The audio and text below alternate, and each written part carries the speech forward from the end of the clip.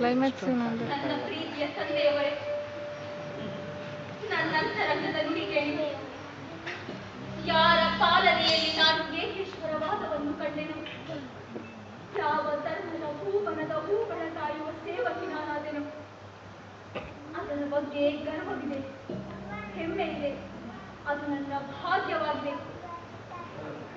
ನಿಮ್ಮ ಗೌರವದಲ್ಲಿ, ಸೇವೆಯಲ್ಲಿ ನನ್ನ ಬದುಕಿನ ಭಾಗ್ಯವಿದೆ. ನನ್ನ ಕರ್ತವ್ಯ ಹಾಗೂ ನಂಬಿಕೆಗಳಿಂದ ನಾನೆಂದೂ ವಿಚಲಿತಳಾಗುವುದಿಲ್ಲ. ನನ್ನ ಬದುಕಿನುದ್ದಕ್ಕೂ ನಿಮ್ಮ ತಲೆಗೆ ಹೂವ ತರುವುದಲ್ಲದೆ ಹುಲ್ಲ ತರುವುದಿಲ್ಲ.